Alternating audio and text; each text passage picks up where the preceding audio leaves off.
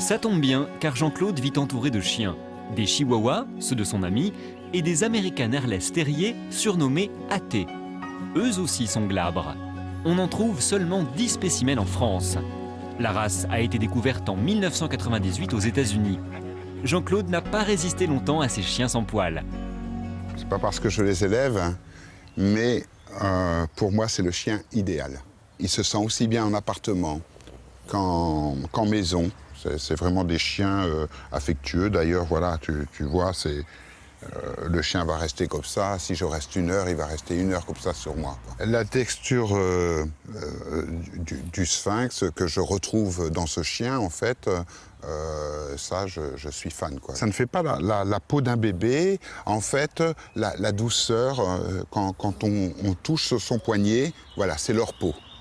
Voilà. Donc si quelqu'un veut sentir le sentiment de toucher un AT, il suffit simplement qu'il fasse ça et c'est l'AT. C'est doux, mais les AT au ventre clair doivent être recouverts d'un petit manteau pour éviter les coups de soleil. Plus étonnant, c'est une race qui vient au monde avec des poils. La preuve avec ce chiot de 2 semaines encore poilu. Là, c'est la dernière née du papa Adrien et de la maman Ashley. C'est Fan, et donc elle est née chocolat. Les petits naissent avec du poil. Si on regarde, on voit bien ici le poil. Et par la nuque, voilà, ils perdent sur le crâne pour descendre jusqu'à la queue. Un chiot qui suscite déjà beaucoup de convoitises. Un couple d'Australiens est prêt à débourser 2000 € pour qu'il les rejoigne. Jean-Claude a dit non.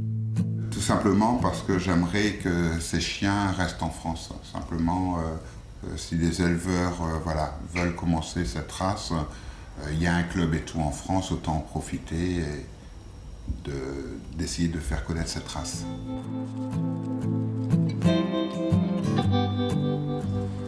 Allez les bébés, promenade.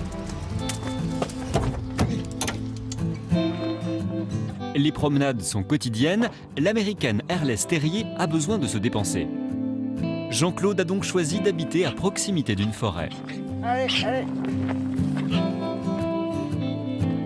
Pratiquement comme le sphinx, c'est des chiens quand même assez collants, près de leur maître, qui savent se mettre aux humeurs aussi du maître, j'ai remarqué ça.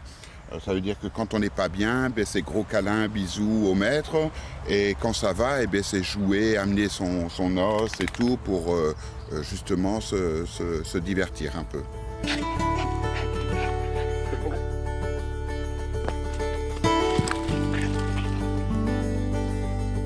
Et quand on ne joue plus, on fait des rencontres. On vous l'a dit, la race ne laisse personne indifférent.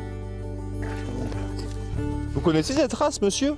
Ce sont des... je pense que c'est une petite race de lévrier, non? Non. De whippets? Des whippets ou des... Non. Pardon? American Airless Terrier. Ils ont tous les deux 2 ans et demi. Ah d'accord, c'est pour ça que ça veut jouer, ça... C'est des ratchis à la base, hein, donc c'est Oui, des oui, chiens oui. qui aiment se dépenser et tout. Avantage dans le ménage. Attention. Il n'y a pas de perte de poils.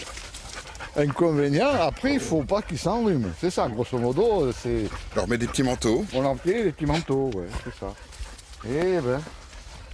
Bon, est-ce que vous allez vous laisser tenter par un airless, un chien sans poils? Non, je les trouve magnifiques, je trouve tous les animaux magnifiques, mais moi j'ai fait une... Ça fait très longtemps, j'en suis à la 5e ou à la 6e. Vous, c'est l'Épagnol breton. Moi c'est l'Épagnol breton. Avec des poils. Avec des poils, avec la corvée à la maison tous les jours de balayer un petit peu. Tant pis, c'est raté pour cette fois, mais Jean-Claude reste convaincu que l'American Airless Terrier trouvera un jour sa place dans les familles françaises.